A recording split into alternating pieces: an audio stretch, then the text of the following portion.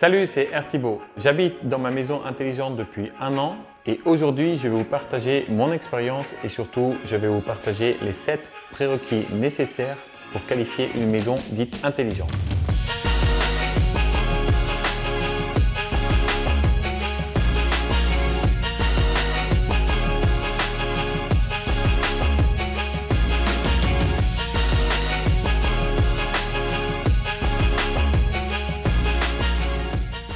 Avez-vous déjà entendu parler d'intelligence financière? Je reviendrai plus longuement sur ce sujet à la fin de la vidéo, mais sachez que c'est un sujet que j'adore. Faire preuve d'intelligence financière dans sa maison, c'est privilégier les investissements énergétiques pour réduire les charges mensuelles pendant des années. Je vis dans une maison intelligente dans laquelle j'ai fait l'investissement de 11 000 € en panneaux photovoltaïques. Ces mêmes panneaux me produisent chaque année plus de 3 500 € d'électricité que j'utilise pour les besoins de la maison et pour recharger ma voiture électrique. Aller à la pompe à essence, c'est fini pour moi. Et dans 27 mois, après avoir terminé l'amortissement de mes panneaux, je roulerai chaque année 30 000 km par an sans dépenser le moindre euro en électricité. Chez moi, j'ai dépensé 25 000 € rien qu'en isolation. Mon architecte n'avait jamais vu un tel acharnement sur l'isolant. Un jour, ils m'ont même dit « Thibaut, tu es un grand écologiste, toi, à mettre autant d'isolation dans ta maison. » Je leur ai répondu « Je suis avant tout économe. »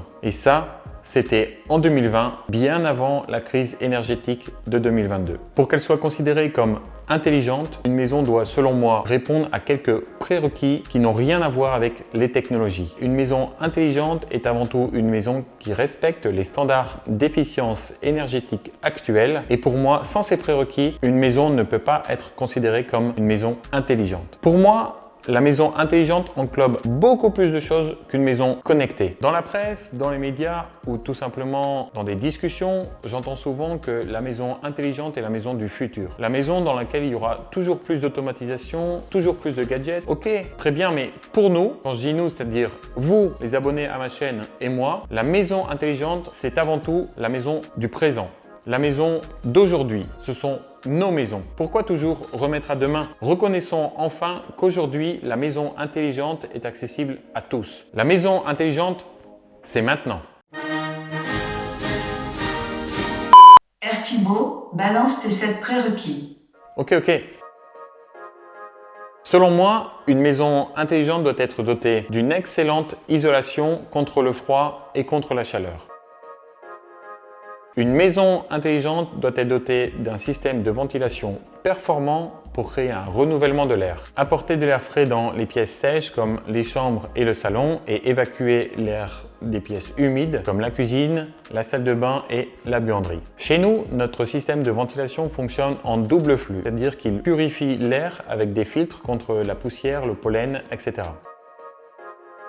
Une maison intelligente doit être dotée d'un système d'eau chaude sanitaire et de chauffage programmable facilement. Pour la petite histoire, j'ai acheté un appartement neuf en France en 2012 et il a été livré sans thermostat. Et à l'époque, impossible d'ajouter un thermostat car les radiateurs n'étaient pas connectés. Je suis persuadé que des promoteurs ont livré encore en 2022 des logements sans thermostat. Mais bon, la bonne nouvelle est que en France, il y a une loi qui est en train de passer pour imposer l'installation de thermostats dans tous les logements, qu'ils soient anciens ou neufs. Ce projet de loi inclut aussi des systèmes de contrôle pour vérifier que tous les logements soient en règle. Sachez-le.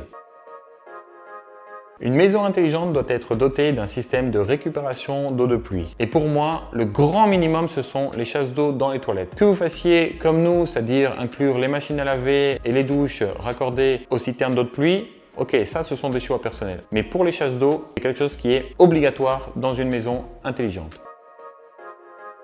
Une maison intelligente doit être dotée d'un système de production d'électricité via des panneaux photovoltaïques ou des éoliennes par exemple. Quand je vois ce que je produis chez moi avec une toiture de taille normale en Belgique, je trouve cela hallucinant que cela ne soit pas plus développé. Mon avis est que les lobbies énergétiques sont encore trop efficaces en 2022, en 2023.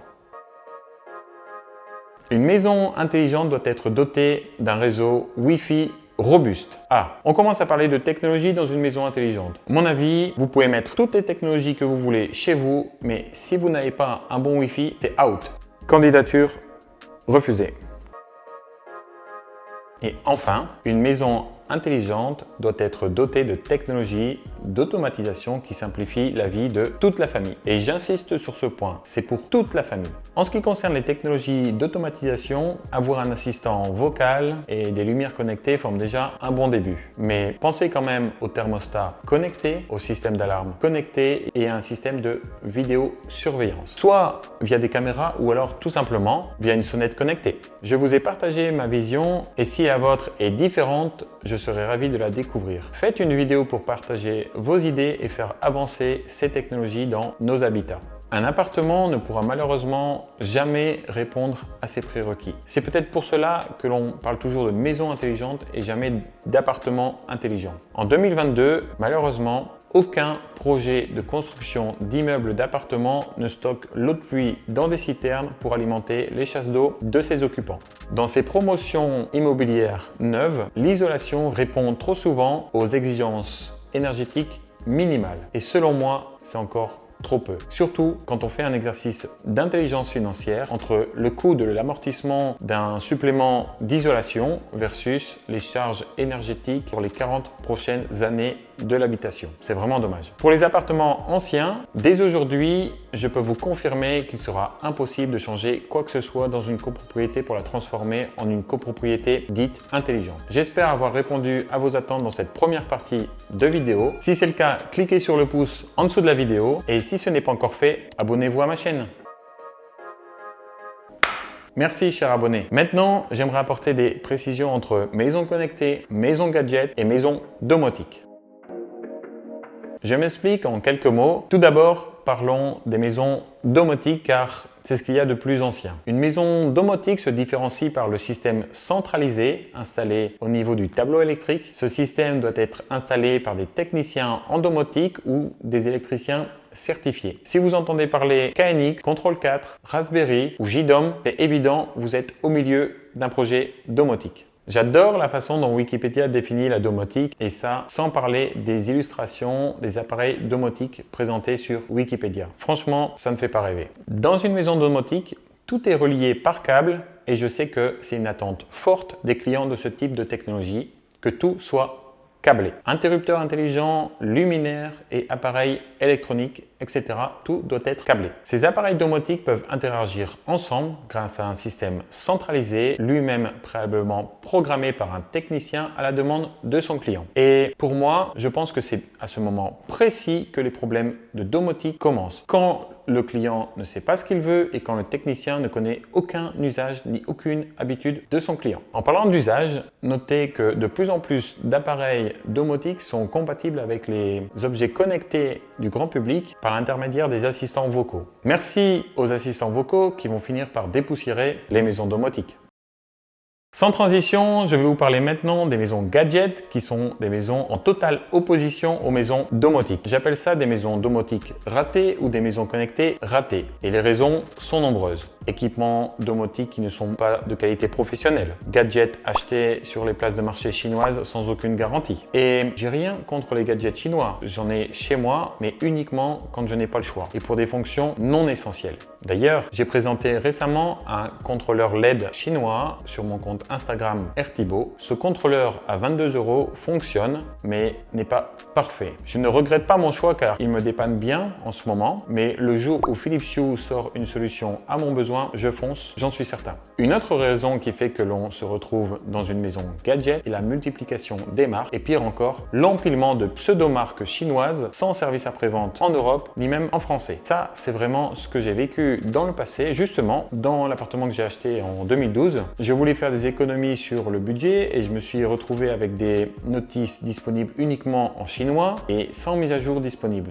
Ça, c'était en 2014. Et oui, on peut dire qu'à l'époque, j'ai eu un appartement gadget. Bon, je pense que le message est clair. Ne ratez pas votre maison connectée.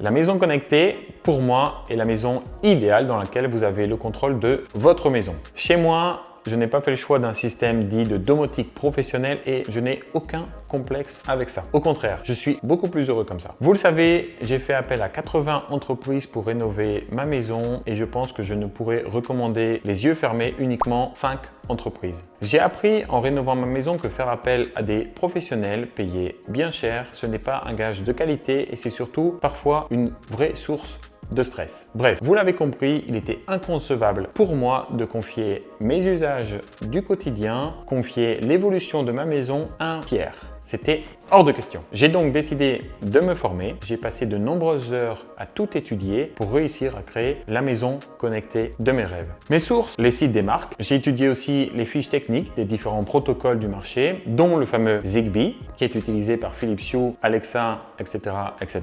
Ces informations étaient surtout disponibles sur des sites web américains et des chaînes YouTube anglophones. Et pour la petite anecdote, c'est lors d'un voyage au CES de Las Vegas que j'ai eu l'idée de créer ma chaîne YouTube. Je me suis dit à l'époque, je dois partager mon expérience et mes connaissances sur une chaîne YouTube disponible en français.